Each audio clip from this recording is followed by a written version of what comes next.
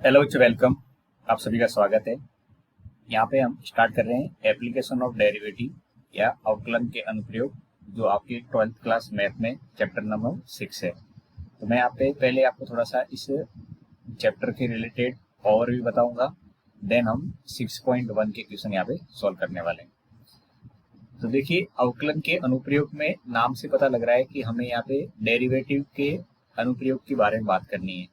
यानी जो कुछ हमने डिफरेंशिएशन सीखा है वो एक्चुअल डिफरेंशिएशन आगे किसी फील्ड में काम आता होगा, मैथ के अंदर या आपकी डेली लाइफ के अंदर, तो वो कैसे काम में आता है या उस डिफरेंशिएशन को हम प्रैक्टिकली कहाँ अप्लाई करते हैं, तो उनका कुछ आपको यहाँ पे एप्लीकेशन पार्ट देखने को मिलेगा। वैसे तो डिफरेंशिएशन का पूरा एप्लीकेशन पार्ट आपकी फिजिक्स है। फिजिक्स के अंदर जो कुछ आप स्टडी करते हो उसके अंदर आपका डिफरेंशिएशन और इंटीग्रेशन हर जगह होता ही है।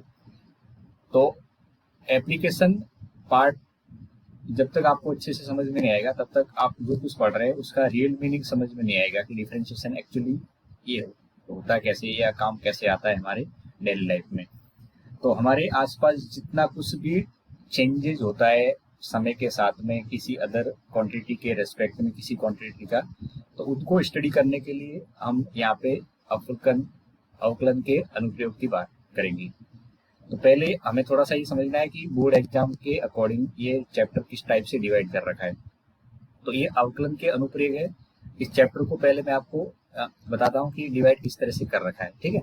तो ये यहाँ पे हमें समझना पड़ेगा कि इस चैप्टर को कैसे डिवाइड कर रखा है।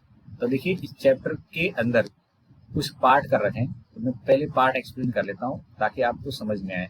सबसे पहले बच्चों हम पढ़ेंगे दर, जिसको इंग्लिश में बोलते हैं रेट। अब दर क्या होती है इसको मैं डिटेल में एक्सप्लेन करूंगा। अब इतना समझिए कि हमें सबसे पहले दर के बारे में पढ़ना है। देन इसके बारे में हम पढ़ेंगे वर्तमान और हावसमान फलन। वर्तमान और हावसमान फलन, ठीक है। अब वर्तमान हावसमान क्या होते हैं, तो कोई फलन बढ़ता है किस इंटरवल में कहाँ से कहाँ तक, तो उसके बारे में स्टडी करना है। या कोई घटेगा फलन कहाँ से कहाँ तक, फंक्शन के अंदर चेंज कहाँ से कहाँ तक उसमें डिक्रीज हो रहा है। वर्तमान को इंग्लिश में बोलते हैं इंक्रीज होना और हावसमान को बोलते हैं डिक्रीज होना। तो इंक्रीजिंग एंड डिक्रीजिंग के बारे में बात करेंगे इसी चैप्टर के अंदर, तो वो हमारा पार्ट सेकंड रहेगा या 6.2 के अंदर हम इसको स्टडी करेंगे। देन इसके बाद में सबसे अच्छा कॉन्सेप्ट के तौर पे आता है, तो उसके अंदर हम पढ़ते हैं अप्रोक्सीमेशन। क्या पढ़ते हैं? अप्रोक्सीमेशन, जिसकी आपको कैलकुलेशन में बहुत हेल्प मिलती है अप्रोक्सीमेशन। और यहाँ पे इस चैप्टर या इस टॉपिक को सन्निकटन के नाम से पढ़ेंगे, ठीक है। और उसके आगे जब हम देखेंगे तो हमारे पास में स्पर्श रेखा और अविलंब के नाम से टॉपिक आएगा। ये इसी चैप्टर की बात हो रही है, स्पर्श रेखा एवं अभिलंब, जिसको आप टेंजेंट एंड नॉर्मल बोलते हैं। वैसे तो स्पर्श रेखा की बारे में बात करें तो आपने 11th क्लास में पढ़ रखा होगा, लेकिन यहाँ पे हम किसी कर्व या वक्र के ऊपर टेंजेंट और नॉर्मल डालेंगे तो उनका इक्वेशन कैसे लिखा जाता होगा, उनकी क्या प्रॉपर्टीज होती है, उनके बारे में बात करेंगे। और लास्ट में हम देखेंगे उच्चतम और निम्नतम, उच्चतम व निम्नतम मान, यानी कोई भी फंक्शन अपना मैक्सिमा और मिनिमा कहाँ अटेंड करेगा, इसको शॉर्ट फॉर्म में या ऐसे बोलेंगे तो मैक्सिमा एंड मिनिमा बोला जाता है। तो इस चैप्टर को इस तरह से पूरा यहाँ पे डिस्ट्रीब्यूट कर रखा है, जिसके अंदर आपको बेसिकली स्टार्टिंग में देखेंगे तो दर, देन वर्तमान हावसमान, उसके बाद अप्रोक्सीमेशन सन्निकटन, फिर स्पर्श रेखा और अभिलंब, और लास्ट में उच्चतम और न्यूनतम मान के रूप में चैप्टर कवर करना है। चैप्टर बहुत इंटरेस्टिंग और इजी है। बस यहाँ पे आपको जो कुछ चाहिए वो है थोड़ा सा प्रीवियस चैप्टर का नॉलेज। जैसे यहाँ पे जब वर्तमान हावसमान की बात करेंगे तो हमें इनइक्वालिटी का नॉलेज जरूरत पड़ेगी। जब मैं स्पर्श रेखा और अभिलंब की बात करूंगा तो मैं यहाँ पे बात करेंगे तो आपके 11th क्लास का जो सरल रेखा टॉपिक था, स्ट्रेट लाइन, उसका नॉलेज हमें होना चाहिए। और मैक्सिमम मिनिमम फाइंड आउट करने के लिए हमें किसी फंक्शन के अंदर ट्रिग्नोमेट्री फंक्शन है तो वैल्यू कैसे फाइंड आउट करते हैं तो वो जरूरत पड़ेगी। तो ये चैप्टर आपके पुराने चैप्टर कितने अच्छे से क्लियर किए हैं इस बात का भी यहाँ पे आपको पता चलेगा। तो बाकी बात और डिटेल में आप जब टॉपिक रेस्पेक्टिव पढ़ेंगे तब डिटेल में डिस्कशन करेंगे। तो अब हम स्टार्ट करेंगे टॉपिक को। तो बच्चों, राशियों के अंदर कुछ भी चेंजेज होता है, जैसे राशि के तौर पे कुछ भी हो सकता है। ये राशि क्या हो सकती है? ये हो सकता है आपका किसी क्वांटिटी या किसी का एरिया हो सकता है। ये आयतन हो सकता है। क्या हो सकता है? आयतन, जिसको आप वॉल्यूम बोल सकते हो। क्षेत्रफल हो सकता है। ये किसी का परिमाप हो सकता है। तो ये क्या होते हैं, हमेशा किसी न अदर क्वांटिटी के रेस्पेक्ट में चेंज होते रहते हैं। जैसे किसी सर्कल का एरिया है, तो वो एरिया किसके रेस्पेक्ट में चेंज होगा? उसकी रेडियस चेंज करोगे तो एरिया चेंज हो जाएगा। और आप इन चेंजेस के बारे में जब स्टडी करना चाहते हो तो हमें यहाँ पे अवकलन की जरूरत पड़ती है। अवकलन की सहायता से स्टडी करते हैं। तो राशि के तौर पे आपको क्षेत्रफल दे सकते हैं, आयतन दे सकते हैं, परिमाप हो सकता है। क्या हो सकता है? परिमाप हो सकता है। अब ये आयतन, क्षेत्रफल, परिमाप किसी भी क्वांटिटी का हो सकता है, जैसे सर्कल है, स्क्वायर है, क्यूब है, क्यूबॉइड है, आपके सिलेंडर, बेलन हो सकता है, शंकु हो सकता है। इनमें से किसी के बारे में आपको स्टडी करने के लिए कहेंगे। तो कोई भी राशि हो सकती है। अब उसमें परिवर्तन होता है, यानी चेंजेज होता है। उस चेंज के बारे में जो स्टडी करेंगे उसी को बोलते हैं राशियों में परिवर्तन की दर। जैसे मेरे पास में कोई राशि y के नाम से लिखी गई है, ठीक है, लेट से y equal to f x है। अब इसमें जो चेंज होता है तो हम बेसिकली सबसे बड़ा चेंज या सबसे पहले पढ़ते हैं तो d Y by D x पढ़ते हैं। तो फिर क्या लिखा जाता है? F dash x. तो ये भी एक तरह से चेंज है। अब इस चेंज को क्या बोलेंगे? Change in y. क्या बोलेंगे? चेंज हो रहा है वाई में। चेंज इन वाई किसके रेस्पेक्ट में हो रहा है? विथ रेस्पेक्ट टू एक्स हो रहा है। ऐसे अगर मैं चेंज इन वाई चाहता हूँ, चेंज इन वाई चाहता हूँ विथ रेस्पेक्ट टू, डब्ल्यू आर टी का मतलब विथ रेस्पेक्ट टू टाइम के रेस्पेक्ट में। तो अगर टाइम के रेस्पेक्ट में मुझे इसको चेंज या चेंज को स्टडी करना है तो मैं क्या लिखूंगा? D Y by d t लिखूंगा। लेकिन वाई तो मेरा एफ एक्स के रेस्पेक्ट में चल रहा है, तो यहाँ पे सामने भी क्या होगा? ये हो जाएगा एफ और ब्रैकेट में एक्स। जब उसको सॉल्व करेंगे तो यहाँ पे चेन रूल के अकॉर्डिंग सबसे पहले एक्स के रेस्पेक्ट में डिफरेंशिएशन होगा, जिसको एफ डैश एक्स बोलोगे। देन आपके साथ में या आपके पास में आ जाएगा D x by d T. तो इस तरह से आप चेंज इन वाई निकाल सकते हो। भले वाई आपका जरूरी नहीं है कि टाइम के रेस्पेक्ट में दे रहा हो, लेकिन इसमें आप वाई के रेस्पेक्ट में चेंज निकालना चाहते हो तो कहने का मतलब है डिफरेंशिएट करोगे विद रेस्पेक्ट टू टाइम। अब जैसे कि मैंने बोला है कि राशि के तौर पे आपको क्षेत्रफल, आयतन, परिमाप इसी के बारे में क्वेश्चन में पूछ सकते हैं। तो हमें बस क्या करना होगा? पहले एक फंक्शन जनरेट करना होगा और उस फंक्शन को अगर टाइम के रेस्पेक्ट में स्टडी करना चाह रहे हैं तो टाइम के रेस्पेक्ट में डिफरेंशिएट करेंगे। अगर किसी अदर क्वांटिटी के रेस्पेक्ट में डिफरेंशिएट करना है तो उसके बारे में आप क्वेश्चन की लैंग्वेज पढ़ोगे तब पता लगेगा कि यहाँ पे चेंज किसके रेस्पेक्ट में करना है। ठीक है, तो ये आपको परिवर्तन के बारे में समझाएगा। तो ये जो डिफरेंशिएट करते हैं एक तरह से, ये जो डिफरेंशिएट करते हैं इसी को क्या बोलते हैं? दर बोलते हैं। क्या बोलते हैं? दर बोलते हैं। अब दर का मतलब बेसिकली कई बार ऐसे समझ में आता है कि टाइम के रेस्पेक्ट में डिफरेंशिएशन होता होगा, लेकिन ऐसा जरूरी नहीं कि टाइम के रेस्पेक्ट में होगा। वो आपको क्वेश्चन की लैंग्वेज से पता लगेगा। ठीक है, तो ऐसी यहाँ तक बातें आपको समझ में आ गई होगी। अगर आपके पास में कोई भी फंक्शन है, जैसे y equal to f x है, अब इसमें क्या होता है? ये फंक्शन y है वो x के रेस्पेक्ट में डिफरेंस चेंज होता है। तो लेट से मैंने लिखा है D Y by D X. अभी D Y by D x की वैल्यू अगर आपके पास में पॉजिटिव आती है, इसका मतलब ये जो चेंज हो रहा है y का x के रेस्पेक्ट में पॉजिटिव है, इसका मतलब क्या है? वो बढ़ रहा है। इसका मतलब क्या है? वो सीधा सीधा बढ़ रहा होता है। या आपके पास में जब भी कोई भी डिफरेंशिएट करने के बाद पॉजिटिव वैल्यू मिल रही है तो इसका सीधा सीधा आप क्या कंक्लूजन निकालोगे? वो बढ़ रहा है। ठीक है, और अगर d Y by D x यानी कोई भी चेंज निकाला, क्या निकाला आपने? चेंज, जिसको आप बोलते हो दर, और चेंज निकाला और वो नेगेटिव आ गया, तो इस नेगेटिव का मतलब क्या होगा? वो घट रहा होगा। क्या होगा? घट रहा होगा। ठीक है, तो ये दो आपको मीनिंग पता रखने कि कोई भी वैल्यू पॉजिटिव आ रही है उसका सिग्निफिकेंस क्या है और नेगेटिव आ रही है उसका सिग्निफिकेंस क्या है। तो बढ़ने के लिए क्या बोलेंगे? अगर वाई बढ़ रहा है तो हम क्या बोलेंगे? D Y by D x positive है। और अगर वाई का मान घटता है तो उसमें d Y by D x की वैल्यू क्या बोली जाएगी? नेगेटिव बोली जाएगी। ठीक है, इतना आप ध्यान रखेंगे। बाकी मैं आपको क्वेश्चन के थ्रू अच्छे से समझा दूंगा। तो अब यहाँ से हमारा एक्सरसाइज नंबर 6.1 हम स्टार्ट करते हैं। तो आपको इसमें क्या और पता होना चाहिए?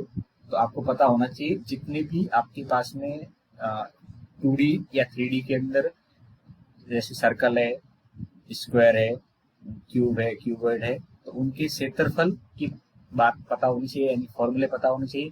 और कोई भी 3D फिगर है, यानी जैसे आपके पास में कोई गोला है या कोई बेलन है, शंकु है, घन है, घनाभ है, तो उनके आयतन का फॉर्मूला पता होना चाहिए और पृष्ठीय क्षेत्रफल का जो भी होगा मैं साइड में लिख लिया करूंगा, तो आप वहां से भी रेफर कर सकते हो। अब देखिए यहाँ पे वृत्त के क्षेत्रफल में परिवर्तन की दर इसकी त्रिज्या के सापेक्ष। अब देखो ये क्या लिखा है, त्रिज्या के सापेक्ष, बस इतना ध्यान रखिए। हमको क्षेत्रफल में परिवर्तन की दर ज्ञात करनी है त्रिज्या के सापेक्ष, जब हमारा r इक्वल टू कितना है, 3 है। तो इसको मैं सॉल्यूशन करूंगा तो क्या लिखूंगा, तो आपको वृत्त की बारे में बात करनी है।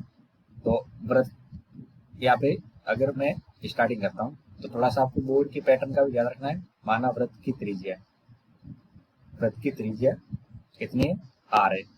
तो आपका जो क्षेत्रफल होता है, क्या होता है, क्षेत्रफल, जिसको आप एरिया ए से डिनोट करोगे, तो कितना होगा, पाई आर स्क्वायर होगा।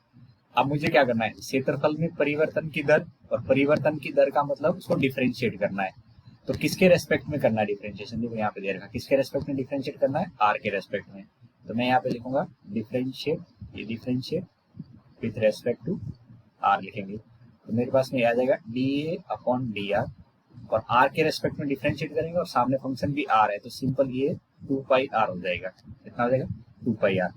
अब आपको पता है इसमें दो केस दे रखे हैं, एक आर इक्वल टू 3 दे रखा है, तो आर इक्वल टू 3 का मतलब है आपको ये D A by D R लिख के साइड में क्या करना है, ये वैल्यू डालनी है। एक तरीका होता है लिखने का कि आप आर की वैल्यू 3 रख रहे हो और साइड में लिखेंगे तो 2 पाई और ये 3, तो कितना हो जाएगा, 6 पाई।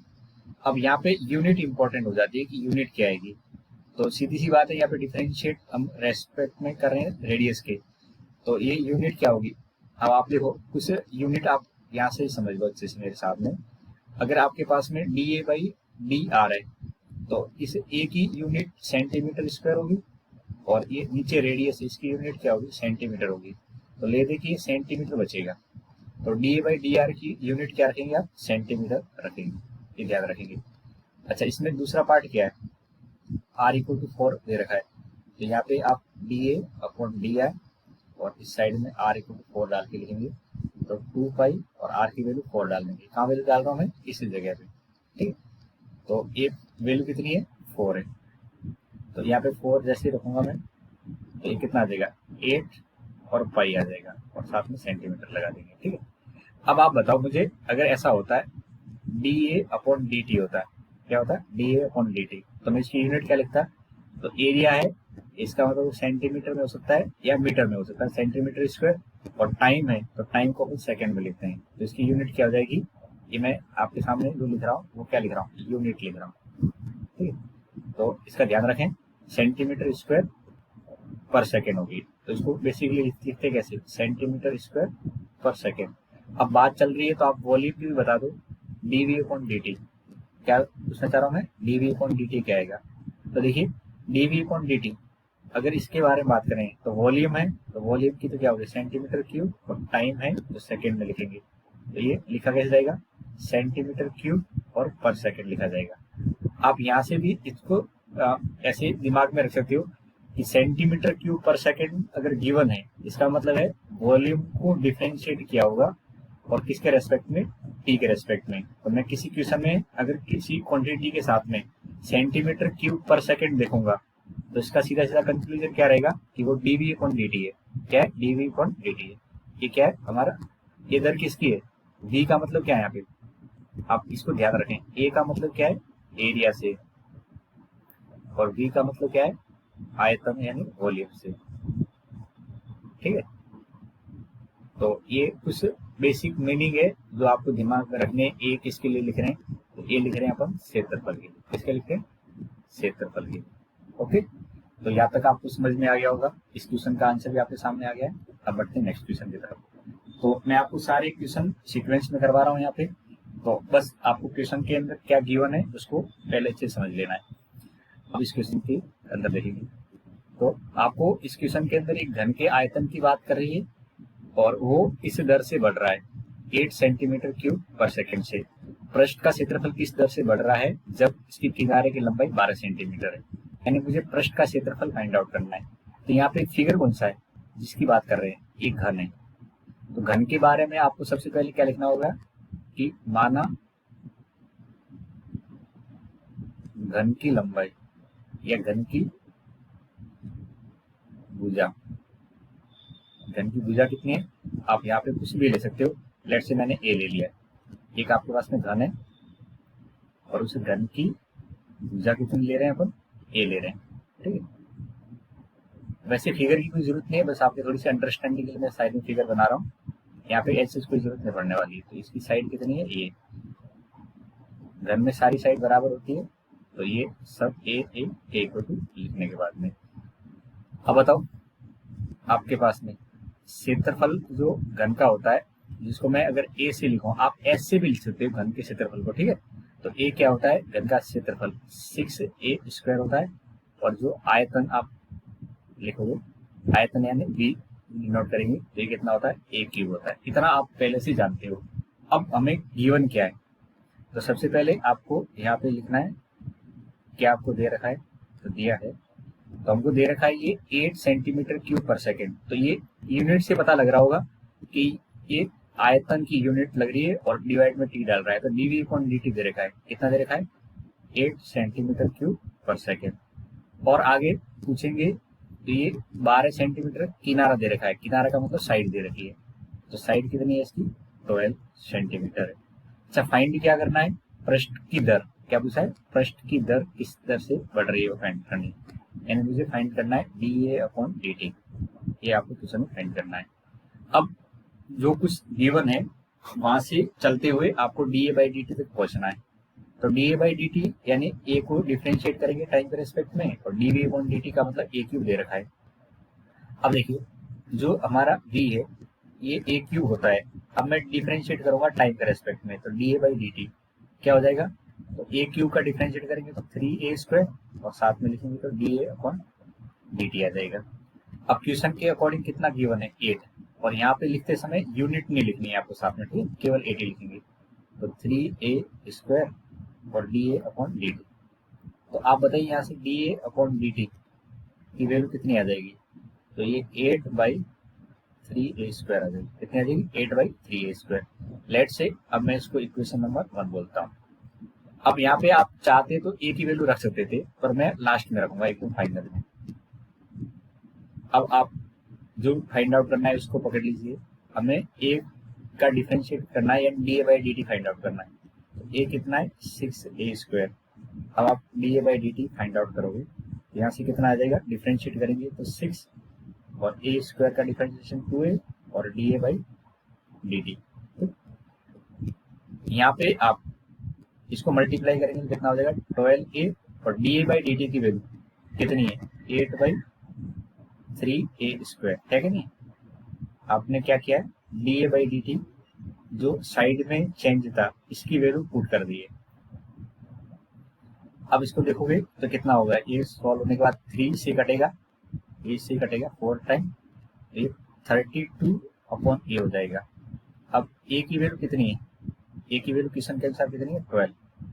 a की वैल्यू 12 रखने पर, जैसे a की वैल्यू 12 रखता हूँ तो ये मेरे पास में dA/dt कितना आ जाएगा, तो 32/12 रखेंगे।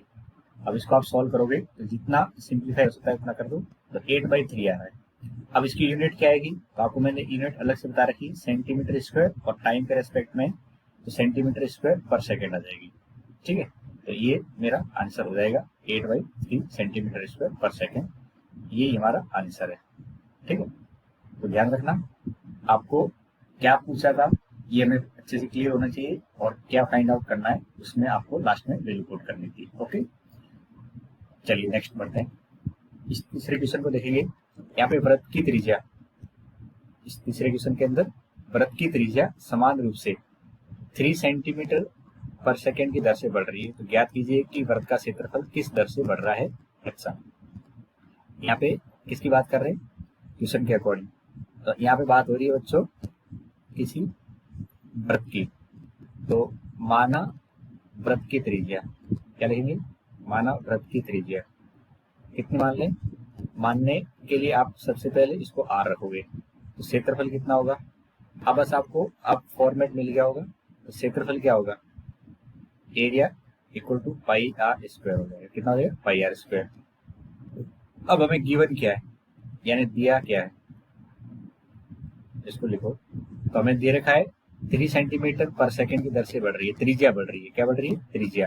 यानी आपको दे रखा है D R upon D t. ठीक है, कितना दे रखा है, 3 सेंटीमीटर पर सेकेंड।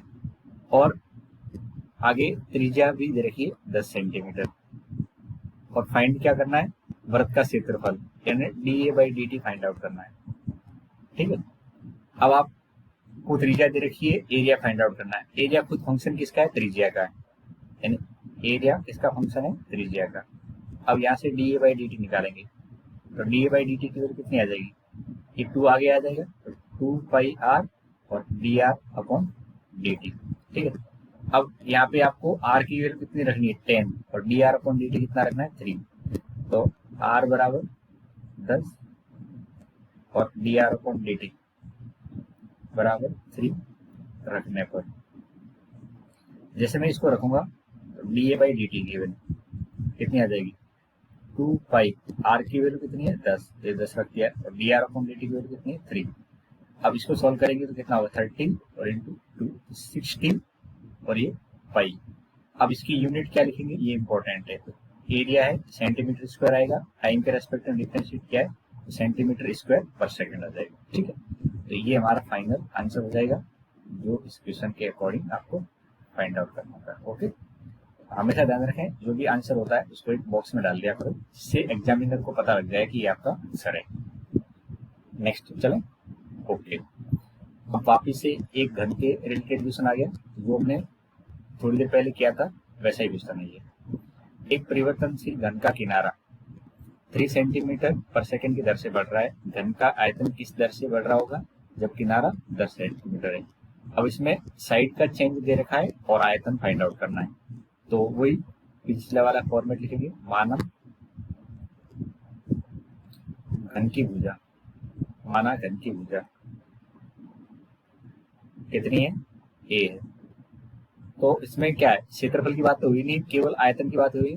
तो मैं यहाँ पे लिखूंगा आयतन v इक्वल टू ए की होता है। अब सबसे पहले आपको गिवन क्या है उसको पकड़ लो।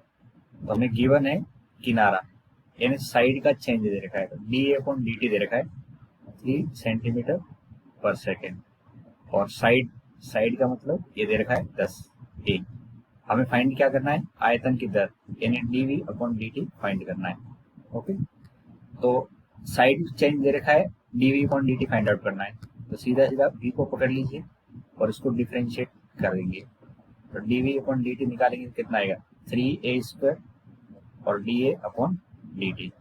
अब क्या करेंगे, वैल्यू पुट करेंगे, e की जगह 10 रखना है और d A by d T की जगह आपको 3 रख लेना है। तो 10 का स्क्वायर और यहाँ पे कितना है 3, इसको मल्टीप्लाई करेंगे तो 900 हो जाएगा। अब यूनिट क्या आएगी, वॉल्यूम है तो सेंटीमीटर क्यूब पर सेकेंड। तो ये आपके पास में D we upon D T आ गया, D we upon D T. Okay, तो ये फाइनल आपका आंसर है। तो आसान था ये वाला क्वेश्चन, तो कोई दिक्कत आई नहीं होगी आपको, इजी तरीके से इसको हमने सॉल्व कर लिया। अब इस क्वेश्चन को देखेंगे। यहाँ पे एक स्थिर झील में एक पत्थर डाला जाता है और तरंगे 5 सेंटीमीटर पर सेकेंड की गति से चलती है। जब वृत्ताकार तरंग की त्रिज्या 8 सेंटीमीटर है, तो उस क्षण घिरा हुआ क्षेत्रफल किस दर से बढ़ रहा है।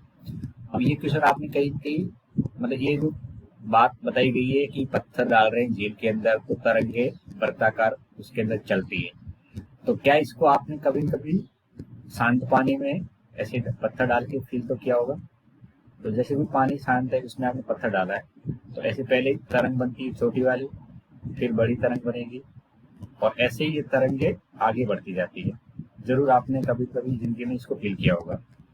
तो यहाँ से जो तरंगे आगे बढ़ती है, तो तरंगे आगे बढ़ने का मतलब है, इसमें ये समझिए कि ये एक तरह से सर्कल फॉर्म होते जा रहे हैं। तो सर्कल फॉर्म होंगे तो ये 5 सेंटीमीटर पर सेकेंड एक तरह से आपको स्पीड दे रखी है किसी पार्टिकल की, जो एक रेडियस के अलोंग चल रहा है। किसके अलोंग चल रहा है, रेडियस के अलोंग चल रहा है। तो ये मेरे पास में कई सारे सर्कल फॉर्म हो सकते हैं, तो मैंने लेट एट टाइम टी, किसी टाइम टी पर, इस टाइम पे टी पे इस सर्कल को देखा, इसी टाइम टी पर किस सर्कल को देखा, ये जो आपके सामने मैंने सर्कल बनाया उसको आपने देख लिया।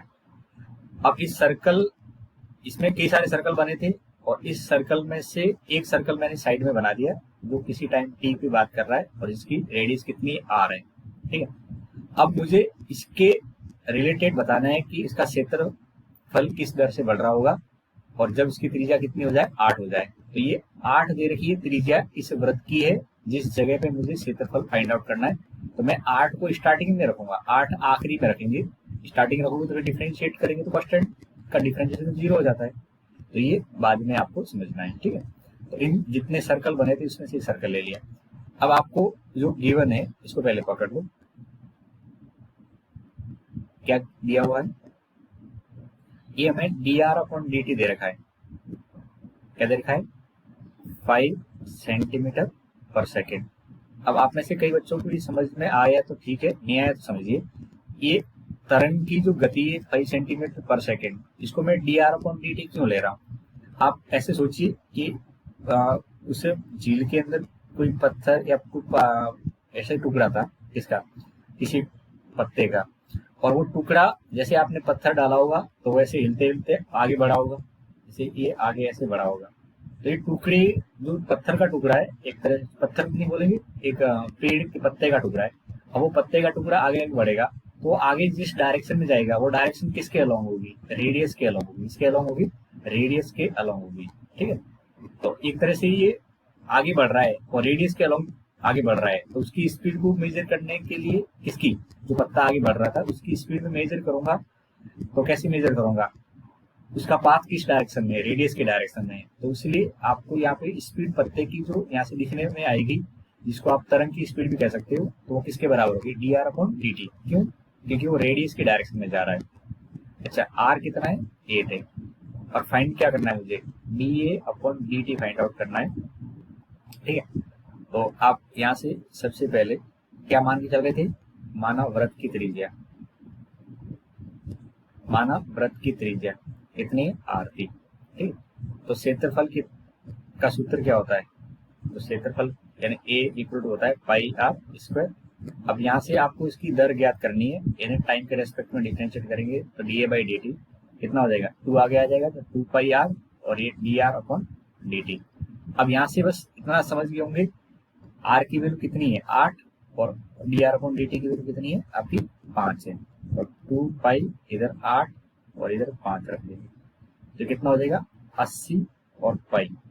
अब यूनिट लिखेंगे तो एरिया है तो सेंटीमीटर स्क्वायर और पर सेकेंड आ जाएगी, ठीक है। तो ये फाइनल आपका आंसर हो जाएगा डी ए अपॉन डी टी का, ओके। ये मेरा आंसर है। इसमें जो समझने वाला कॉन्सेप्ट था या आपको भाग था तो वो कौन सा था, जिसके अंदर आपको ये पता लगा है कि D R upon D T की वैल्यू 5 सेंटीमीटर पर सेकेंड है, ठीक है। आगे बढ़े, चलिए इस क्वेश्चन को देखेंगे। यहाँ पे आपको क्वेश्चन के अंदर एक वृत्त की त्रिज्या 0.7 सेंटीमीटर पर सेकेंड की दर से बढ़ रही है और वृत्त की बात हुई है, त्रिज्या वगैरह सब कुछ दे रखा है। हमें चेंज क्या निकालना है, परिधि की वृद्धि दर ज्ञात करनी है, ठीक है।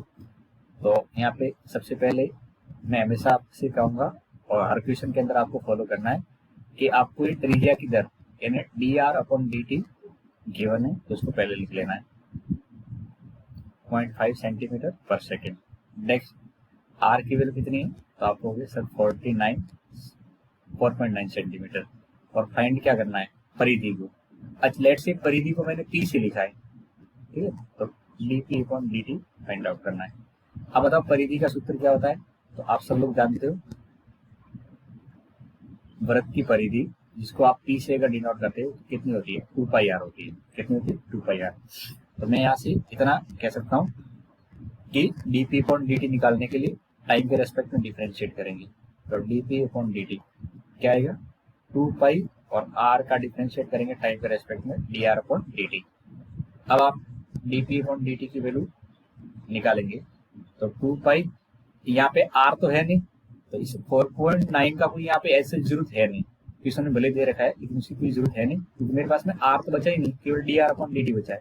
तो मैं यहाँ पे D R upon D T की वैल्यू पुट कर देता हूँ, तो 0.7 है, जिसको मल्टीप्लाई करेंगे तो 1.4। अब इसकी यूनिट क्या आएगी, तो सरकमफेरेंस होती है, जो परिधि होती है, उसकी यूनिट क्या होती है, सेंटीमीटर ही होती है, और आपने डिफरेंशिएट कर लिया है तो सेंटीमीटर पर सेकेंड हो जाएगी। ठीक है, तो ये इसका आंसर है, ये इस क्वेश्चन का आंसर। आई थिंक यहाँ तक सबको क्लियर है, चलेंगे। ओके, नेक्स्ट देखो, ये वेरी वेरी इंपॉर्टेंट क्वेश्चन है। ठीक है, अब इस क्वेश्चन के अंदर यहाँ पे एक आयत की लंबाई है, देखो यहाँ तक आपको दे रखा है, एक आयत की लंबाई कितनी है, x है, जो 5 सेंटीमीटर की दर से घट रही है। क्या हो रही है, घट रही है। इसका मतलब ये dx अपॉन dt है, और ये घट रही है, इसका मतलब माइनस लिखेंगे। और किस दर से घट रही है, 5 सेंटीमीटर पर मिनट की, ये आपको गिवन है। आगे थोड़ा सा बढ़ेंगे तो चौड़ाई को y बोला जा रहा है, जो 4 सेंटीमीटर पर मिनट की दर से बढ़ रही है, यानी ये आपका d y upon D t है। बढ़ने का मतलब प्लस है, और कितनी है वो 4 सेंटीमीटर पर मिनट की दर से। आगे आपको x इक्वल टू दे रखा है 8 सेंटीमीटर और y इक्वल टू दे रखा है 6 सेंटीमीटर। ये यहाँ तक आपको इंफॉर्मेशन क्वेश्चन के अंदर दे रखी है। ठीक है, अब सबसे पहला भाग पकड़िए। पहले में क्या पूछा है, परिमाप। तो परिमाप का नाम दे दो, तो लेट से परिमाप का नाम P दे दिया। तो परिमाप क्या होता है, 2 इंटू लंबाई प्लस चौड़ाई, तो 2 इंटू एक्स प्लस वाई। यहाँ पे लंबाई क्या है, लंबाई क्वेश्चन के अंदर x दे रखी है, और चौड़ाई कितनी दे रखी है, ये दे रखी है y। तो आप इस शुरुआत में लिख लो, तो 2x प्लस वाई। अब मुझे इसकी दर ज्ञात करनी है, क्या ज्ञात करनी है, परिवर्तन की दर। देख रहे हैं, ये परिवर्तन की दर है, तो मैं इसको डिफरेंशिएट करूंगा, तो d p upon D T कितना हो जाएगा, 2 d x upon D t plus d y upon D t. ठीक है, अब इसकी वैल्यू पुट कर लो आप, तो यहाँ पे तो जैसे मैं वैल्यू पुट करूंगा, तो D x upon D T कितना है, माइनस का 5। कभी भी यूनिट साथ में रखते हैं वैल्यू पुट करते समय, और d y upon D t के लिए कितना रखेंगे, 4। अब इसको सॉल्व करोगे तो 5 में से 4 माइनस 5 है और प्लस का 4 है, तो कितना बचेगा, ये माइनस का 2। अब ये इसकी यूनिट क्या आएगी, सेंटीमीटर, और यहाँ पे टाइम मिनट में, तो सेंटीमीटर पर मिनट हो जाएगा। तो ये आपका आ गया D p upon D T, पहला वाला भाग। ठीक है, अब दूसरे वाले भाग में आते हैं। तो दूसरे भाग के अंदर आपको क्या गिवन है, या क्या पूछा है, फाइंड करना है। देखिए, इसके अंदर क्षेत्रफल की बात हुई है, इसकी बात हुई है क्षेत्रफल की। तो क्षेत्रफल को मैं ए से अगर डिनोट करता हूँ, तो क्षेत्रफल क्या होता है, एक्स इंटू वाई। अब इसका भी मुझे दर ज्ञात करनी है, तो आप D A by d t find out करोगे। तो ये 2 वेरिएबल है, तो यहाँ पे प्रोडक्ट रूल लगेगा, गुणनफल का नियम। तो x d Y by d t plus y d x upon D T. अब इसकी आपको जो वैल्यू ऊपर गिवन है उनको यहाँ पे पुट करेंगे। तो एक्स की जगह कितना दे रखा है, 8, d y upon D T कितना है, 4, प्लस वाई की जगह कितना दे रखा है, 6। ऊपर से जो इंफॉर्मेशन है वो, और D x upon D T, ये क्या है, D x upon D T. तो D x upon D T कितना है, माइनस का 5। जब इसको सॉल्व करेंगे तो 32 है, और ये माइनस का 30 है, तो कितना आ जाएगा, 2। प्लस का आ रहा है, अब इसकी यूनिट लिखेंगे, तो एरिया है तो सेंटीमीटर स्क्वायर, और टाइम इसमें मिनट में चल रहा है, तो सेंटीमीटर स्क्वायर पर मिनट। तो आप बताओ D A upon D T कितना आ गया, तो डी ए बटे डी टी की वैल्यू मेरे पास में निकल के आ रही है 2 सेंटीमीटर स्क्वायर पर मिनट। ठीक है, तो ये आपका फाइनल आंसर होगा। तो इसमें 2 चीज पूछी थी, दोनों ही हमने यहाँ पे फाइंड आउट कर लिए। आई थिंक समझ में आ गया होगा, कोई दिक्कत। आगे बढ़ो, 8वां क्वेश्चन देखेंगे। इस क्वेश्चन के अंदर एक गुब्बारा जो सदैव गोलाकार रहता है। अब देखो, क्वेश्चन के अंदर किसकी बात हो रही है, एक गुब्बारे की बात हो रही है, और गोलाकार रहता है, यानी ये कैसा है, एक गोला है। ठीक है, तो माना जो गुब्बारे की बात हो रही है, इसकी त्रिज्या, गुब्बारे की त्रिज्या कितनी है, मान लेते हैं इसकी त्रिज्या r है। तो आयतन जो इस क्वेश्चन के अंदर डिस्कशन होने वाला है, जिसको आप बी से लिखोगे, तो गोले का आयतन कितना होता है, 4/3 पाई आर क्यूब होता है। अब इतना लिखने के बाद आप पकड़िए कि आपको गिवन क्या है। तो हमें गिवन है जो इस क्वेश्चन के अंदर है, ये 900 सेंटीमीटर क्यूब गैस प्रति सेकंड। देखो यहाँ से इसको पढ़िए, ये प्रति सेकंड साथ में दे रखा है, इसका मतलब ये जरूर आयतन की दर दे रखी है। तो कितना दे रखा है, 900 सेंटीमीटर क्यूब और पर सेकंड। अच्छा, आगे थोड़ा सा देखेंगे तो कितना दे रखा है, आर बराबर कितना दे रखा है, 15 सेंटीमीटर दे रखा है। अच्छा, ज्ञात क्या करना है, क्या ज्ञात करना है, ये वाला देखो, ये ज्ञात करना है आपको, ठीक है, यानी ये मुझे D R upon D T ज्ञात करना है। अब बताओ कैसे इसको यहाँ पे देखेंगे। तो हमें आयतन की दर दे रखी है और D R upon D T निकालना है। तो मैं पहले आयतन की दर फाइंड आउट करूंगा। तो D we upon D T, D we upon D T निकालेंगे तो 4/3 पाई, आर क्यूब का अवकलन करेंगे तो 3r स्क्वायर, और ये साथ में लिखेंगे तो D R upon D t. ठीक है, अब यहाँ से थोड़ा सा आगे बढ़िए, तो आपको 3 से 3 कैंसल आउट होता दिख रहा है, तो काट दो। तो कितना आएगा, 4 pi are square D R upon D T. D we upon D T कितना है, क्वेश्चन के अनुसार 900 है। 4 पाई, आर की वैल्यू कितनी है, 15 दे रखी, 15 का स्क्वायर, और D R upon D T, ये 900 ही है। जब इसको सॉल्व करेंगे तो 4 पाई और 15 का स्क्वायर 225 होता है, तो D R upon D T. Okay, अब आगे थोड़ा सा देखो, ये 900 है। अब यहाँ पे 225 को 4 से मल्टीप्लाई करेंगे तो ये भी 900 ही होगा, और पाई साथ में है, तो 900 pi D R upon D T. अब मल्टीप्लाई करने के बाद देखेंगे तो D R upon D T, 900 से 900 गया, 1 अपॉन पाई आ जाएगा। क्या देगा, 1 अपॉन पाई।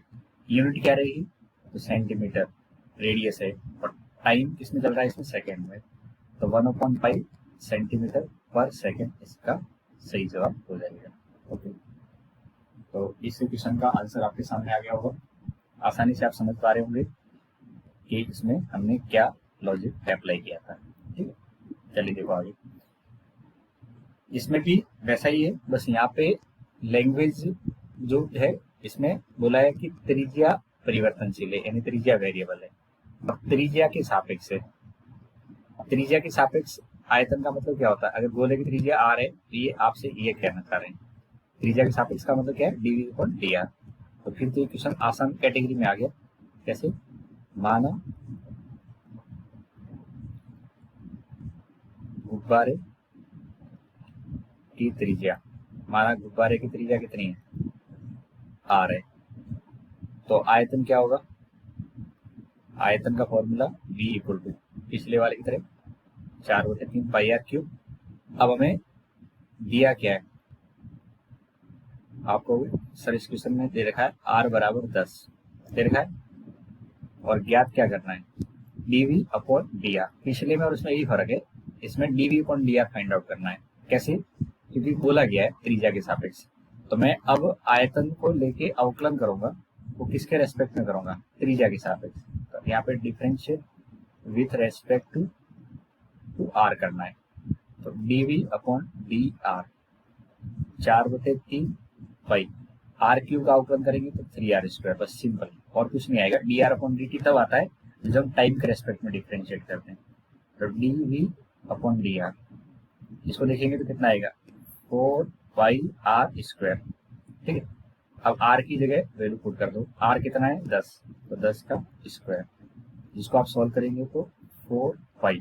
अब बताओ यहाँ पे यूनिट क्या आएगी, तो देखो यूनिट की बात करें तो v की यूनिट तो होती है सेंटीमीटर क्यूब, और रेडियस की सेंटीमीटर, तो यहाँ पे सेंटीमीटर स्क्वायर ही आएगी। क्या आएगी, सेंटीमीटर स्क्वायर, इस बात का ध्यान रखें, क्या आएगी, सेंटीमीटर स्क्वायर। टाइम होता तो सेंटीमीटर क्यूब पर सेकेंड आती। ठीक, तो ये 9th आपका क्वेश्चन यहाँ पे क्लियर हो गया। ये क्वेश्चन देखेंगे, वेरी वेरी इंपॉर्टेंट क्वेश्चन है जो आपके सामने अभी मैं डिस्कस करने वाला हूँ, वेरी वेरी इंपॉर्टेंट। ठीक है, अब इसमें क्वेश्चन के अकॉर्डिंग जो दे रखा है उसको आपको सबसे पहले अच्छे से समझना पड़ेगा। हमें दे रखा है 5 मीटर लंबी सीढ़ी दीवार के सहारे झुकी है और सीढ़ी का नीचे का सिरा जमीन के अनुदिश, जो नीचे का सिरा है वो क्या कर रहे हैं, जमीन के अनुदिश उसको चला रहे हैं। क्या कर रहे हैं, जमीन के अनुदिश उसको चला रहे हैं। ठीक है। अब दीवार से दूर, ये देखिए ये क्या है, दीवार से दूर जा रहा है 2 सेंटीमीटर पर सेकेंड की दर से। दीवार पर इसकी ऊंचाई इस दर से घट रही है जब सीढ़ी के नीचे का चेहरा 4 मीटर दूर है। अब देखो इस क्वेश्चन को अगर आपको अच्छे से समझना है तो कहीं डायग्राम की तरफ से आपको हेल्प लेनी पड़ेगी। ठीक है, तो मैं उसका डायग्राम जनरेट करता हूँ, ध्यान से देखिए। लेट से एक दीवार है और ये दीवार के साइड में एक जमीन वाला हिस्सा है। कैसा है, ये कौन सा हिस्सा है, ग्राउंड वाला हिस्सा। और इससे ये मैंने बोला दीवार है, ये दीवार जमीन से 90 डिग्री पे होती है। अब इसके सारे कोई सीढ़ी झुकी है, तो ऐसे मैंने एक सीढ़ी बना दी। ठीक, ये आपकी जो सीढ़ी है, जनरली आप कई बार ऐसे रखते भी हो घर पे। ठीक, ये जो सीढ़ी है ये 5 मीटर लेंथ की है। कितनी लेंथ की है, 5 मीटर लेंथ की है। कोई दिक्कत यहाँ पे। अब जब आपने सीढ़ी रखी है यहाँ पे, तो ऐसा नहीं है कि ये यहीं पे रखी हुई है, ये किसी टाइम पे है, ये किसी एट टाइम टी की बात हो रही है। किस टाइम की बात है, ये एट टाइम टी ये सीढ़ी ऐसे रखी हुई है, क्योंकि यहाँ से नीचे वाला सिरा ये कोई आदमी है, वो क्या कर रहा है, उसको पकड़ के लेके चल रहा है। ठीक है, इसको ऐसे लेके दूर जा रहा है। तो ये दूर जा रहा है तो क्या होगा, यहाँ से इस साइड का हिस्सा क्या आएगा, नीचे की साइड में आएगा कि नहीं आएगा, बताओ, सोच के बताओ। जब यहाँ से कोई व्यक्ति इस साइड लेके जा रहा है तो ये वाला सिरा नीचे की साइड में आएगा, प्रैक्टिकली ऐसा ही होगा। तो ये दूर जा रहा है और यहाँ से सिरा नीचे आएगा, तो किस दर से नीचे आ रहा है, किस दर से घट रही है, वो हमें फाइंड आउट करना है। तो इसमें आपको 5 मीटर की सीढ़ी की लंबाई दिख रही है। अब ये मैंने किसी टाइम पे टी पे बनाया है, तो लेट ये वाली लंबाई एज्यूम कर लेते हैं कुछ एक्स है। कितनी लंबाई है, एक्स है। और ये वाली लंबाई यहाँ पे एज्यूम कर रहे हैं कि कितनी है, वाई के इक्वल टू है। ठीक है, एक्स और वाई। अगर यहाँ पे एक्स और वाई देखें तो एक तरह से ये ट्रायंगल जनरेट हो गया है। क्या हो गया, ट्रायंगल जनरेट हो गया है, जिसको आप ए बी सी अगर नाम दे रहे हो, जो राइट एंगल ट्रायंगल है। तो यहाँ से आपको पाइथागोरस के अकॉर्डिंग एक्स वाई और पाई 5 में एक रिलेशन भी मिल जाएगा। क्या मिलेगा, पाइथागोरस के अनुसार ये बेस है, ये इसका आधार, ये लंब है और ये कर्ण है। तो x square plus y square equal to, sorry कितना हो जाएगा, 25 हो जाएगा। ओके, तो मैं पहले लिख लेता हूँ कि मेरे पास में एक्स और वाई क्या है। तो यहाँ पे मान लेते हैं सीढ़ी की दीवार से दूरी, दीवार से ये एक्स है और ये सेम बात दीवार पर ऊंचाई, ये वाई क्या है आपके पास में, इसकी ऊंचाई है। ठीक है, अब पाइथागोरस से इतना आपको समझ में आ गया होगा, पाइथागोरस से कि x square plus y square equal to कितना होगा, 25 होगा। ये बहुत बड़ी काम की चीज यहाँ से हमें पता लगी है कि x square plus y square equal कितना है, 25 है। ओके, अब आगे देखते हैं। अब आपको जो गिवन है उसको पकड़िए। अब आप यहाँ पे देखेंगे सबसे पहले कि 5 मीटर तो लंबाई है, जिसको मैंने यहाँ इक्वेशन 1 में शामिल कर लिया है। अब ये 2 सेंटीमीटर पर सेकंड दे रखा है, ये क्या है, सीढ़ी की नीचे का सिरा जमीन से दूर 2 सेंटीमीटर पर सेकंड से खींचा जाता है। अब जमीन से दूर खींचेंगे तो आपका चेंज क्या होगा, एक्स चेंज होगा। क्या चेंज होगा, एक्स। भाई इधर से दूर जाएंगे तो यहाँ पे चेंज क्या हो रहा है, नीचे की लंबाई चेंज होगी, तो ये एक्स चेंज होगा। एक्स चेंज होने का मतलब थोड़ी देर के बाद में ये हो सकता है आपको ऐसे दिखने लग जाए, ऐसे दिखने लग जाए, थोड़ी देर के बाद में ये सीढ़ी का ये नई पोजीशन बन जाएगी, बनेगी नहीं बनेगी। तो आपका चेंज क्या हो रहा है, एक्स ही चेंज हो रहा है। तो एक तरह से dx अपॉन dt कितना दे रखा है, ये दे रखा है 2 सेंटीमीटर पर सेकेंड। ठीक है, अच्छा नीचे का सिरा कितना है, 4 मीटर दूर है, तो ये x इक्वल टू 4 बोला जा रहा है। जब x 4 होगा तो y कितना आएगा बताओ, जब x 4 होगा तो यहाँ पे ध्यान से समझना। अब मैं यहाँ पे जो कुछ बोलने वाला हूँ वेरी वेरी इंपॉर्टेंट है, जब x 4 होगा तो उसको 4 को यहाँ रखेंगे तो y की वैल्यू कितनी आएगी बताओ, यहाँ से y की वैल्यू 3 आ जाएगी। कितनी आ जाएगी? 3 आ जाएगी। भाई पाइथागोरस के अनुसार x की वैल्यू 4 यहाँ रखोगे तो 16 इधर घटेगा तो 25 माइनस 16 9, तो y की वैल्यू कितनी आ जाएगी? 3। ये 3 y की वैल्यू हो जाएगी। अच्छा, हमें फाइंड क्या करना है? ऊंचाई की दर फाइंड आउट करनी है। तो यहाँ से आपको dy/dt फाइंड आउट करना है। बताओ ठीक है? यहाँ से क्या फाइंड आउट करना है? dy/dt। ओके, चलिए अब ये dy/dt फाइंड आउट करना है तो आपको इक्वेशन फर्स्ट पकड़ना पड़ेगा। तो फ्रॉम इक्वेशन फर्स्ट इसको डिफरेंशिएट करेंगे टाइम के रेस्पेक्ट में। क्यों टाइम के रेस्पेक्ट में? क्योंकि हमको टाइम के रेस्पेक्ट में इंफॉर्मेशन दे रखी है 2dx/dt और 2y dy/dt इक्वल टू 25 का डिफरेंशिएट कितना होगा? 0 हो जाएगा। अब यहाँ से देखिए ध्यान से, यहाँ से मेरे पास में x की वैल्यू कितनी है? तो आपको सर 4 है। dx/dt की वैल्यू कितनी है? 2, ये 2 रख दिया प्लस 2। y की वैल्यू हमने निकाली कितनी है? 3 है। और dy/dt तो मुझे फाइंड आउट करना है तो इक्वल टू 0। अब यहाँ से आप जब सॉल्व करोगे तो dy/dt ये साथ में कितना है? तो 6 है। और ये सामने जाएगा तो सामने मल्टीप्लाई कितना हो जाएगा? 4 दूनी 8 दूनी 16 हो जाएगा। तो यहाँ से dy/dt की वैल्यू कितनी आ रही है? -16/6, जिसको आप सॉल्व करोगे तो -8/3। अब यहाँ पे बात आती है कि इसकी यूनिट क्या आएगी। यूनिट क्या आएगी? तो यूनिट यहाँ पे देखेंगे तो देखो यूनिट के अंदर x की यूनिट x y से कंपेयर हो रही है और dx/dt की यूनिट dy/dt से हो रही है। तो dx/dt की जो यूनिट है वही dy/dt की यूनिट आएगी। तो dx/dt की यूनिट क्या है? सेंटीमीटर पर सेकेंड। तो सेंटीमीटर पर सेकेंड। अब ये नेगेटिव का मतलब क्या है? ये जो नेगेटिव साइन आया है इसका मतलब है ये घट रही है। क्या है? घट रही है। ठीक है, समझ लेना ध्यान से। ये नेगेटिव साइन का मतलब है घटेगी। और ऑब्वियस सी बात है जब ये नीचे आएगी दूर जाएगा तो इसी नीचे आएगी नहीं आएगी तो इसको घटना ही बोलेंगे। तो समझ गए होंगे इस क्वेश्चन के अंदर क्या करना था।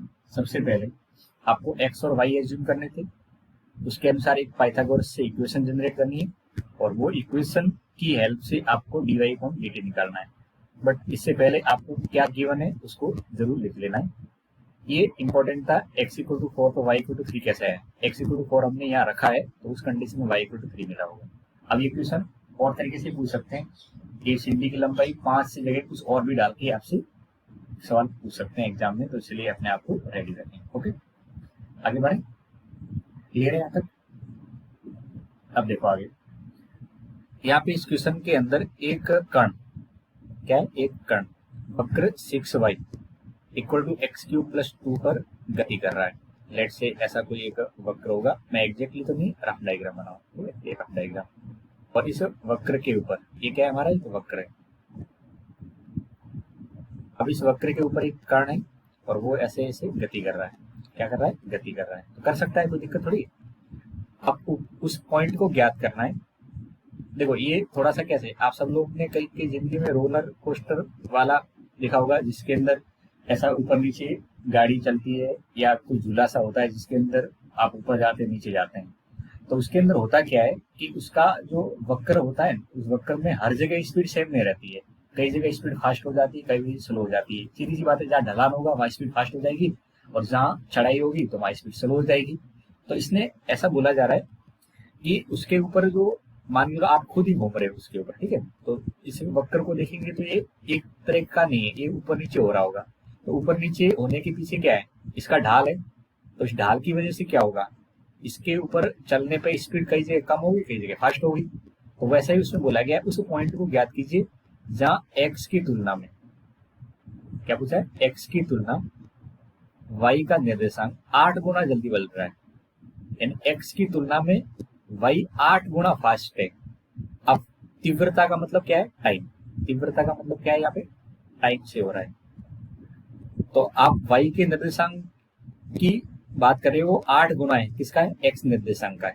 तो अब यहाँ से इस लाइन को पकड़िए कि आपके पास में y का निर्देशांक यानी उसको टाइम के रेस्पेक्ट में चेंज हो रहा है। तो dy/dt है वो 8 गुना है, किसका है? x की तुलना में, यानी x के साथ में वो तुलना कर रहे हैं 8 से गुणा करके, तो हमें y मिल रहा है, dy/dt मिल रहा है। तो ये मेरे पास में इक्वेशन नंबर फर्स्ट हो गई। अब आपको इसमें x और y पॉइंट निकालने, बिंदु निकालना, बिंदु का मतलब x, y निकालना है। तो अब उसको सॉल्व करने के लिए इस वक्र को डिफरेंशिएट करना पड़ेगा, क्योंकि ये डिफरेंशिएशन में इंफॉर्मेशन दे रखी है तीव्रता वाली। तो इसको डिफरेंशिएट करेंगे इसके रेस्पेक्ट में, t में। तो 6y dy upon dt equal to, यहाँ पे डिफरेंशिएट करेंगे तो 3x square dx upon dt, और 2 का डिफरेंशिएशन तो 0 होता है। ठीक है, अब यहाँ से देखेंगे तो 2 dy अपॉन dt, ठीक है, और ये x square dx upon dt आ गया। ये मेरे लिए इक्वेशन सेकेंड हो जाएगा। अब इक्वेशन फर्स्ट के अंदर भी आपको dy बाई dt दे रखा है, और यहाँ से भी आपको कहीं dy बाई dt निकाल रहा है। तो फ्रॉम सेकेंड एंड वन आपको dy अपॉन dt दे रखा है, उसकी वैल्यू यहाँ पे रिप्लेस कर लो। तो 2 और dy अपॉन dt कितना है, 8 गुना dx अपॉन dt है, इक्वल टू लिखेंगे तो एक्स स्क्वायर और यहाँ पे dx अपॉन dt। अब देखिए यहाँ से आपको dx upon dt cancel out होता हुआ दिख रहा है, तो एक्स स्क्वायर की वैल्यू कितनी आ रही है, 16 आ रही है। तो इसका मतलब है x की वैल्यू आपके पास में दो पॉसिबिलिटी बनती है, प्लस माइनस 4। इसमें दोनों लेंगे क्योंकि बिंदु पूछेंगे। बाकी मैं एक इसलिए लेता था कि वहां पे आपको कहीं की इसमें भुजा वगैरह की बात करनी थी, तो भुजा नेगेटिव होती नहीं। अब देखो ध्यान से, यहाँ से कैलकुलेशन वाला पार्ट, x की वैल्यू आ गई। अब लिखेंगे जब x की वैल्यू 4 है तो y निकालना है। y कहाँ से निकलेगा, वक्र से निकलेगा, जो आपको दे रखा है स्टार्टिंग में, ये वाला। ठीक है, तो यहाँ से आप 6y इक्वल टू लिखेंगे तो 4 का cube plus 2, 6y equal to 4 का क्यूब 64 और 2 जोड़ेंगे तो 66। यहाँ से y कितना आ जाएगा, 11 आ जाएगा। तो हमारा बिंदु क्या हो जाएगा, अगर देखो तो बिंदु हो जाएगा आपका 4 रखा था और 11 मिला तो 4,11। अब सेकंड बिंदु रखेंगे तो x इक्वल टू कितना है, माइनस का 4 है। तो मतलब 6y इक्वल टू कितना हो जाएगा, माइनस का 4 का क्यूब और प्लस का 2। तो 6y इक्वल टू माइनस 64 और plus 2। 6y equal to minus का 62 और y इक्वल टू 2 से डिवाइड करेंगे तो 31/3 हो जाएगा। अब बताओ बिंदु क्या हो जाएगा आपका। तो बिंदु आपने -4 रखा था और बदले में मिला है माइनस के 31/3, तो ये इसका आंसर हो जाएगा। एक तो ये आंसर है और ये वाला आंसर हो जाएगा। बिंदु पूछे डिस्क्रिप्शन के अंदर, तो ये पता लग गया होगा। ठीक है, चले आगे हम 12वां क्वेश्चन देखेंगे। ये तो इजी कैटेगरी का है, आप सब लोगों ने अपने लेवल में भी कर लिया होगा, फिर भी देख लो अगर कोई दिक्कत है तो। हवा के एक बुलबुले की त्रिज्या 1/2 सेंटीमीटर पर सेकंड की दर से बढ़ रही है, यानी त्रिज्या की बात हो रही है। तो D R upon D T कितना है, 1/2 सेंटीमीटर पर सेकेंड। अब पूछा है आर जब 1 है तो आयतन किस दर से बढ़ रहा है, आयतन किस दर से बढ़ रहा है, यानी d we upon D t पूछा है। तो किसकी बात हुई है, बुलबुले की। बुलबुला कैसा होता है, बुलबुला देखे तो गुब्बारे जैसा होता है। कैसा होता है, गुब्बारे जैसा होता है। तो यहाँ पे माना गुब्बारे की त्रिज्या, जिसको आप बुलबुला भी बोल सकते हो, की त्रिज्या क्या ले रहा हूं मैं, यहाँ पे समझना इतना ही था कि जो बुलबुला है ये एक तरह से गुब्बारे की तरह यहाँ पे मैथ में समझा जाता है। तो आयतन, आयतन कितना होगा, v equal to 4/3 pi r cube. अब आपको डिफरेंशिएट करना है, तो किसके रेस्पेक्ट में डिफरेंशिएट करेंगे, हमें जो इन्फॉर्मेशन दे रखी है वो टाइम के रेस्पेक्ट में डिफरेंशिएट करके दे रखी है। तो D we upon D T 4/3 pi 3r² और D R upon D T. तो D we upon D T निकालेंगे तो ये कितना आ जाएगा, 4πr² D R upon D T. 4 R की वैल्यू कितनी है, 1, तो 1 का square, D R upon D T कितना, 1/2। इसको सॉल्व करेंगे तो कितना आएगा, 2π आ जाएगा, राइट। अब इसकी यूनिट क्या लिखूंगा मैं, तो सेंटीमीटर क्यूब और पर सेकेंड क्यूब। ठीक, तो आप फाइनली इसको लिखना चाहो तो लिख दो 2π सेंटीमीटर क्यूब पर सेकेंड। ये मेरा फाइनल आंसर है। ओके, चल सकते हैं आगे, मूव करते हैं। अब इससे ये क्वेश्चन आ गया, इस क्वेश्चन के अंदर कई बार बच्चे थोड़ा सा कंफ्यूज हो जाते हैं, हालांकि होना नहीं चाहिए, फिर भी स्टूडेंट जब क्वेश्चन सॉल्व करते हैं तो इस क्वेश्चन के अंदर डिफिकल्टी महसूस करते हैं। तो इसमें माना एक गुब्बारा है जो सदैव गोलाकार रहता है और इसमें इसका जो व्यास है वो वेरिएबल है और एक्स के सापेक्ष दर ज्ञात करनी है। इसके सापेक्ष में, एक्स के सापेक्ष में, ठीक है। तो इसमें गुब्बारे की बात हुई तो आपको शुरुआत में लिखना पड़ेगा, माना गुब्बारे की त्रिज्या कितनी है, आर है। अब आपको यहाँ पे आयतन वगैरह की बात करनी है तो आयतन को मैं लिख लेता हूँ, आयतन v को कितना हो जाएगा 4/3 पाई आर क्यूब। अब आपको ध्यान समझना है कि यहाँ पे दिया क्या है, तो हमें दिया है व्यास इक्वल टू 3/2 और ब्रैकेट में 2x+1 दे रखा है। अब व्यास होता क्या है, व्यास का मतलब होता है 2r दे रखा है, 3/2 2x+1। तो यहाँ से मैं r निकालना चाहता हूँ तो r कितना आ जाएगा मेरे पास में 3/4 और 2x+1 आ जाएगा। अब जो मुझे फाइनल चेंज निकालना है वो आपको निकालना है dv/dx। क्या निकालना है, dv/dx, ये आपको फाइंड आउट करना है, ठीक है, क्वेश्चन के अंदर।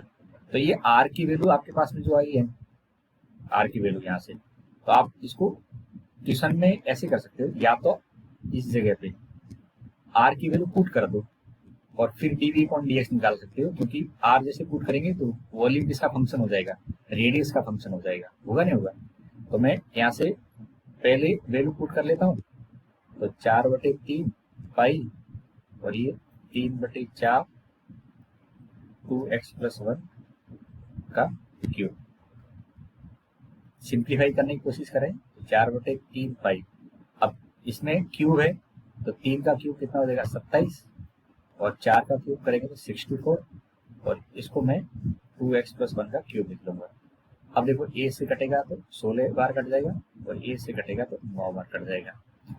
इसको आप लिख दो पहले, आ जाएगा 9π/16 और ये 2x+1 का क्यूब।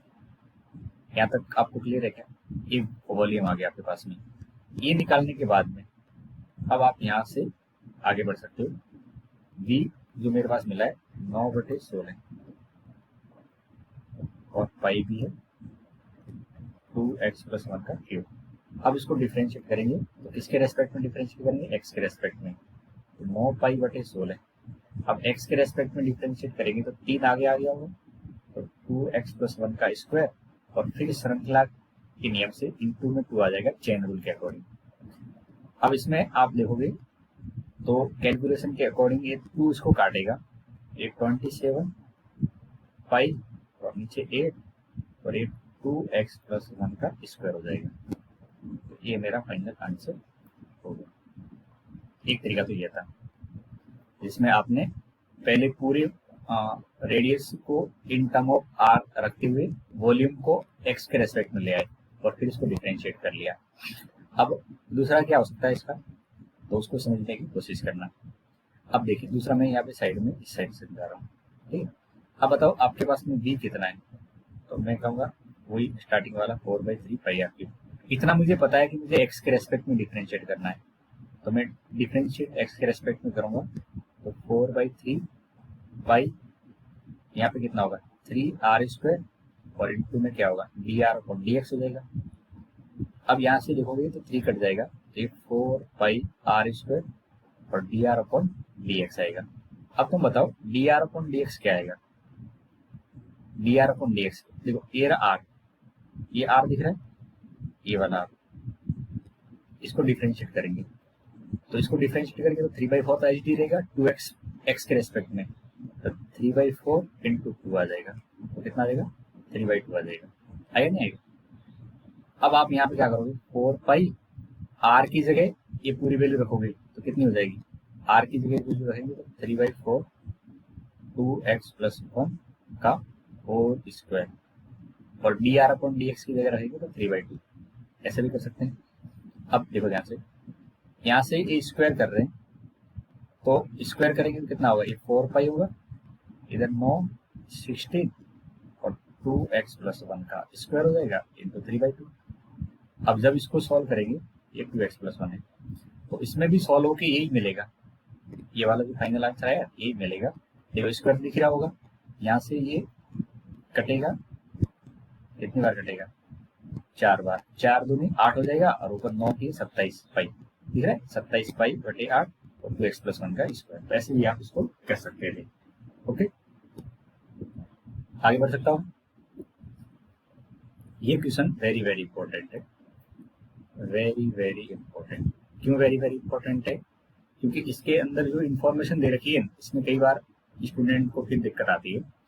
अब मैं इसका सॉल्यूशन आपको समझाता हूँ। यहाँ से देखना, एक पाइप है, इसमें से रेत 12 सेंटीमीटर क्यूब पर सेकंड की दर से गिर रही है।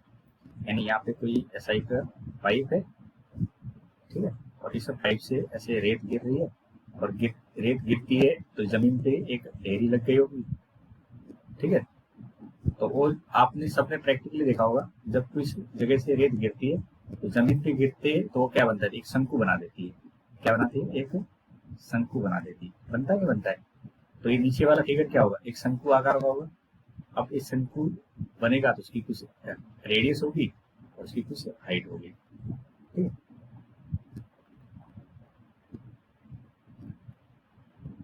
अब आप देखें तो यहाँ पे माना शंकु जो बना है, क्या बना है, शंकु, शंकु की त्रिज्या r की और ऊंचाई क्या मान रहे हैं पर h मान रहे हैं, ठीक है। तो आयतन क्या होता है इतना आप मुझे बता दो। तो शंकु का आयतन v इक्वल टू होता है 1/3 पाई r स्क्वायर h। इसमें कोई दिक्कत नहीं है, सब आप ज्योमेट्री से सब जानते होंगे। अब आगे देखेंगे, हमें इंफॉर्मेशन के तौर पे जो गिवन है, इसमें रेत गिर रही है 12 सेंटीमीटर क्यूब पर सेकंड से। अब ये जो रेत गिर रही है, इसी रेत के कारण तो शंकु बना है। तो रेत के गिरने की जो स्पीड होगी वही स्पीड से इस शंकु का आयतन, मतलब जमीन के ऊपर शंकु बन रहा होगा और शंकु बनेगा तो धीरे धीरे क्या होगी, शंकु की शेप बनेगी। तो शंकु की जो शेप बनती है वो सीधा सीधा इस पाइप से गिरने वाली रेत पे डिपेंड कर रहा है। यानी dv/dt एग्जैक्टली आप कह सकते हो कि शंकु का आयतन की दर दे रखी है, ठीक है। पाइप से रेत गिर रही है और रेत गिर के क्या बन रहा है, शंकु। तो शंकु का बनना डिपेंड कर रहा है पाइप के गिरने वाली रेत पर। तो ये जो चेंज हो रहा है वॉल्यूम में, वो सीधा सीधा चेंज किसका है, शंकु का आयतन का चेंज, ठीक है। अब आगे देखेंगे इस लाइन पे। अब इसने बोला है कि ये लाइन पकड़िए, आधा ऊंचाई सदैव आधार की त्रिज्या का छठा भाग है। इस लाइन का मतलब क्या है, जो ऊंचाई है ये h है, वो आधार की त्रिज्या, त्रिज्या मतलब r, इसका छठवां भाग है, यानी r/6 है। इसका मतलब r की वैल्यू 6h है। इतना समझ में आ गया। अब आगे बढ़ते हैं, हमें शंकु की दर ज्ञात करनी है ऊंचाई की। किसकी दर, ऊंचाई की। जब h कितना है, 4, h 4 और हमें फाइंड आउट करना है dh/dt। बताओ इतना समझ में आया या नहीं आया, ये आपको फाइंड आउट करना है dh/dt। अब देखिए इस आयतन के अंदर आपके पास में r भी है और h भी है और दोनों वेरिएबल है। वेरिएबल मतलब शंकु चेंज होगा, धीरे धीरे ऊपर बढ़ा होगा उसकी हाइट, तो रेडियस भी तो चेंज हो रही होगी, जैसे हाइट बढ़ रही होगी तो उसकी रेडियस भी चेंज होती है, यानी दोनों वेरिएबल है। अब दोनों वेरिएबल है तो आपको डिफरेंशिएट करना है और फाइनल आंसर किसमें चाहिए, मुझे तो dh/dt चाहिए। तो एक तरह से मुझे r को यही पे पहले एलिमिनेट करना पड़ेगा। एलिमिनेट का मतलब यहाँ से जो r की वैल्यू है आपके पास में 6h, इसको यही पे रिप्लेस कर लेते हैं। r की वैल्यू क्या रिप्लेस कर लेते हैं, 6h। ये r जो दिख रहा है इसको यहाँ पे रख लेते हैं। क्यों, क्योंकि मुझे r का कोई लास्ट में जरूरत है नहीं, जो मुझे फाइंड करना है वो dh/dt फाइंड आउट करना है। 1/3 पाई r की जगह मैं रखूंगा 6h का स्क्वायर इंटू h। अब देखो इसको सॉल्व करेंगे तो 1/3 पाई, ये सॉल्व करेंगे तो कितना हो जाएगा, 36h स्क्वायर और एक h पीछे है तो 36h³ हो जाएगा।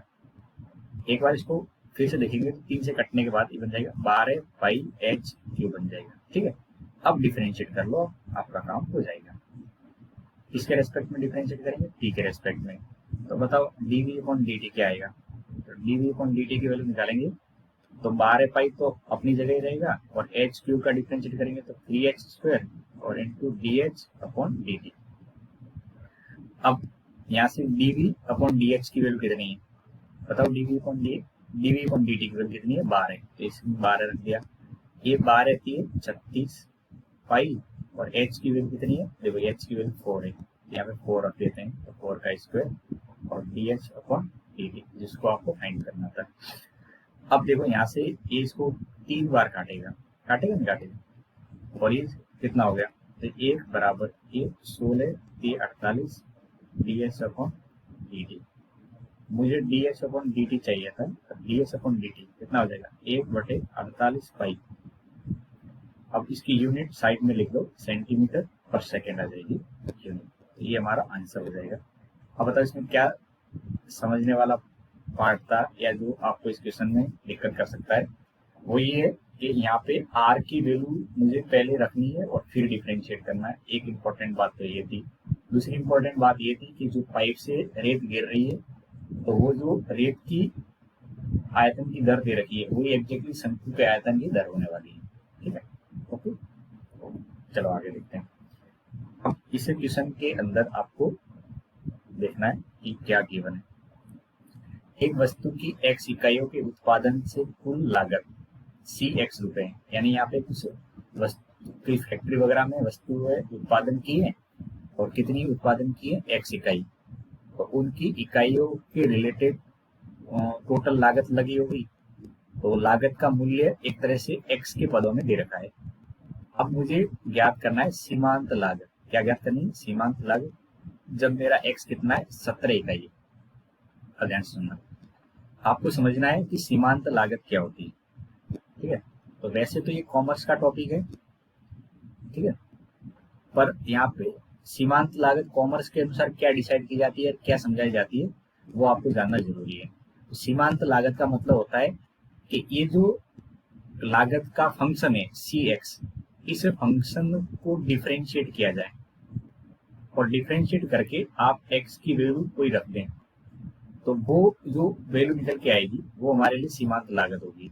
तो एक तरह से ये क्या होता है, स्लोप होता है। क्या होता है, स्लोप होता है। ठीक है, किसी फंक्शन को हम डिफरेंशिएट करते हैं तो उससे क्या मिलता है, स्लोप, या उसको आप कह सकते हो ढाल। ठीक है, लेकिन यहाँ पे आपको उसका नाम बदल के दिया गया सीमांत लागत। तो सीमांत लागत का मतलब क्या है, आपको जो भी क्वांटिटी दे रखी है उसको डिफरेंशिएट करिए, और डिफरेंशिएट करके आपको जितनी इकाइयों के लिए फाइंड करना है उस इकाई की वैल्यू पुट कर दो। ये 17 दिया है, तो मैं डिफरेंशिएट करके x की जगह 17 डाल दूंगा। किसी भी क्वेश्चन के अंदर आपको सीमांत लागत का कॉन्सेप्ट दे रखा है, तो उसमें इसको डिफरेंशिएट करना है, और फिर x की वैल्यू कितनी गिवन है उस पर वो पुट कर लेनी है। ओके, तो देखिए हमारे पास में यहाँ पे cx जो फंक्शन था, तो 007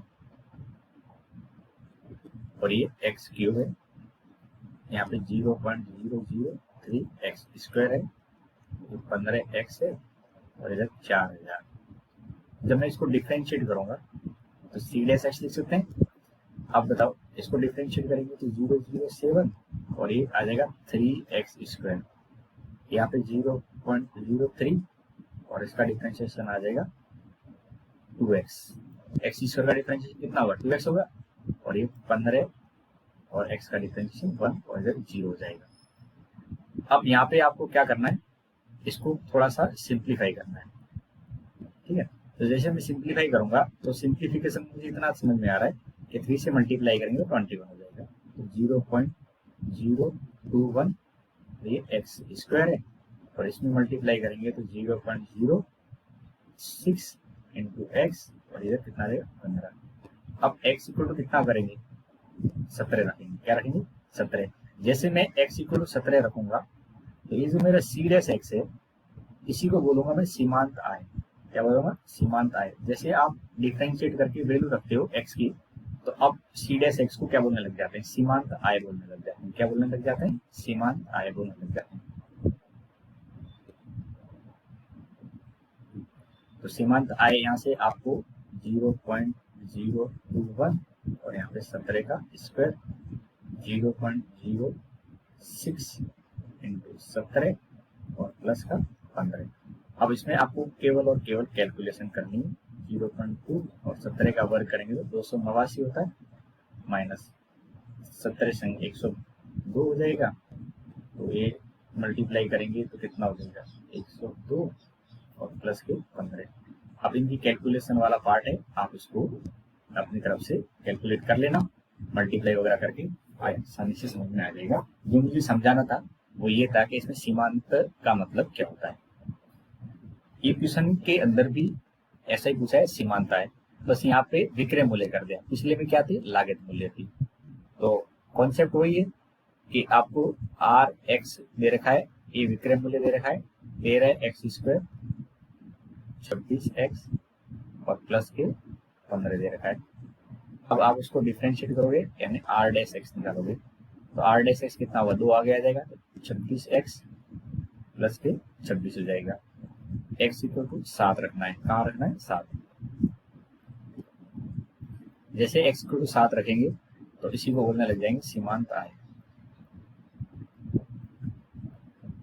तो बराबर आ जाएगा 26 गुणा 7 प्लस 26, ये हो जाएगा 7 से 42 और 7 दूनी 14 और 4 18 और 26, इसको जोड़ेंगे तो 6 दूनी 8, 8 दो 10 और 208। तो इसकी सीमांत आय कितनी आ जाएगी, 208 आ जाएगी। आई थिंक इजी है, कोई दिक्कत नहीं आ रही होगी। अब ये 2 ऑब्जेक्टिव क्वेश्चन है, 6.1 प्रश्नावली में टोटल 18 क्वेश्चन थे, तो हमने सारे क्वेश्चन यहाँ पे सॉल्व कर लिए। अब ये लास्ट क्वेश्चन है, इसको देख लेते हैं। ऑब्जेक्टिव क्वेश्चन में हमें दे रखा है कि वृत्त की त्रिज्या आर कितना दे रखा है 6 सेंटीमीटर, और हमें आर के सापेक्ष परिवर्तन की दर ज्ञात करनी है। आर के सापेक्ष मतलब D A by D R ज्ञात करना है। ठीक है, तो ए क्या होता है, तो आप कहोगे सर ए तो होता है पाई आर स्क्वायर। ठीक है, डी ए अपॉन डी आर निकालेंगे तो कितना आएगा 2 पाई आर, और आर की वैल्यू कितनी रखनी है, आर की वैल्यू कितनी रखनी है 6, तो 2 पाई इंटू 6 रखेंगे तो कितना आ जाएगा 12 पाई, और 12 पाई का मतलब ये ऑप्शन कौन सा हो जाएगा, बी ऑप्शन सही हो जाएगा, ये इसका करेक्ट ऑप्शन है। ठीक है, अब इस दूसरे वाले पार्ट को देख लो।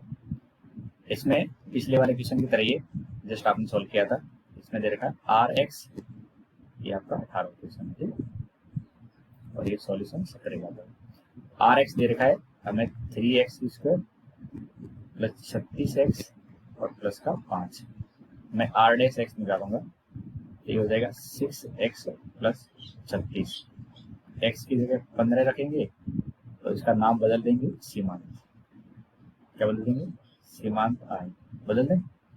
ठीक है, 6 गुना 1 15 प्लस 36, 15 गुना 6 करेंगे तो 90 और ये 36, 90 और 36 जोड़ेंगे तो 126, 126 का मतलब option D, D for Delhi. ठीक है, डी आंसर इसका करेक्ट हो जाएगा। तो देखिए हमने इस पूरे वीडियो के अंदर आपको 6.1 प्रश्नावली के सारे क्वेश्चन सॉल्व करवा दिए। आपको जो क्वेश्चन इसमें दिक्कत लगी है, कोई कॉन्सेप्ट समझ में नहीं आया, तो आप इस वीडियो के नीचे कमेंट में लिख लेना।